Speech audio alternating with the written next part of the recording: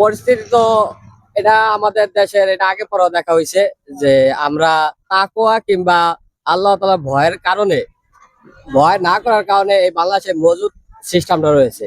যদি আল্লাহ তাআলার ভয় থাকতো তাহলে মজুদ সিস্টেম কিংবা বাংলাদেশে উচ্ছৃঙ্খল সিস্টেম হইতো না। আমরা বর্তমানে যে পরিস্থিতি আছি তেলের জন্য, এই তেল আমাদের যে কবে বা কখন এটা আমাদের এই দুর্ভোগ শেষ, এটা তো আসলেই কেউ নিশ্চয়তা দিতে পারতেছে না, কেউ আমাদেরকে বলতে হচ্ছে না।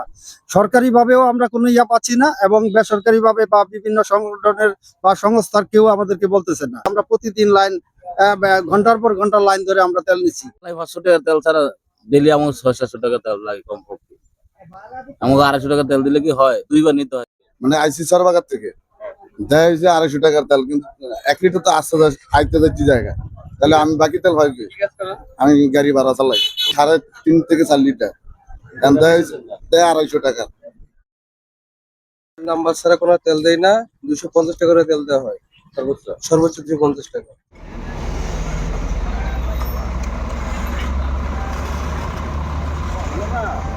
আমরা এখন অ্যাপস এর মাধ্যমে তেল দিতেছি 250 টাকার করে।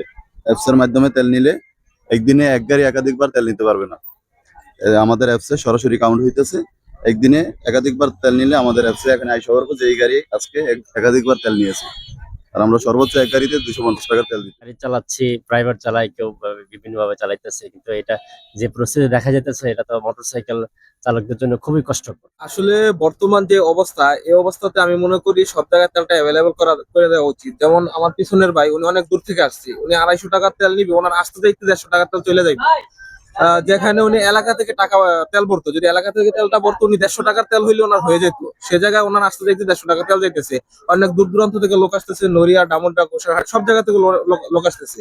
তো মোটামুটি ওনারা 250 টাকার তেল বলে 200 টাকা 150 টাকা তেল ওনাদের যাইতে আসতেই চলে যাইতে।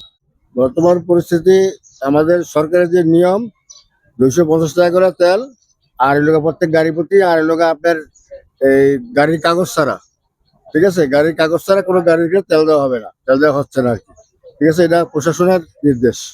অ্যাপসে এখন অ্যাপস চালু হয়েছে, অ্যাপসের মাধ্যমে অ্যাপসে যে যার ইয়া আসে, হ্যাঁ, যদি গাড়িতে কাগজপত্র পাওয়া যায় অ্যাপসে পায়, তাহলে তারা দিবে, না হলে তারা বিয়ে করে দিবে এখান থেকে, ঠিক আছে, তারা দেওয়া হবে না।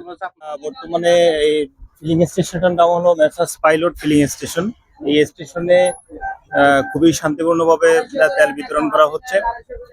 এখানে আমরা পেট্রোল দিচ্ছি হলো 250 টাকা করে প্রতিটা গাড়িতে, এবং এখানে শান্তিপূর্ণভাবেই তারা তেল নিচ্ছেন।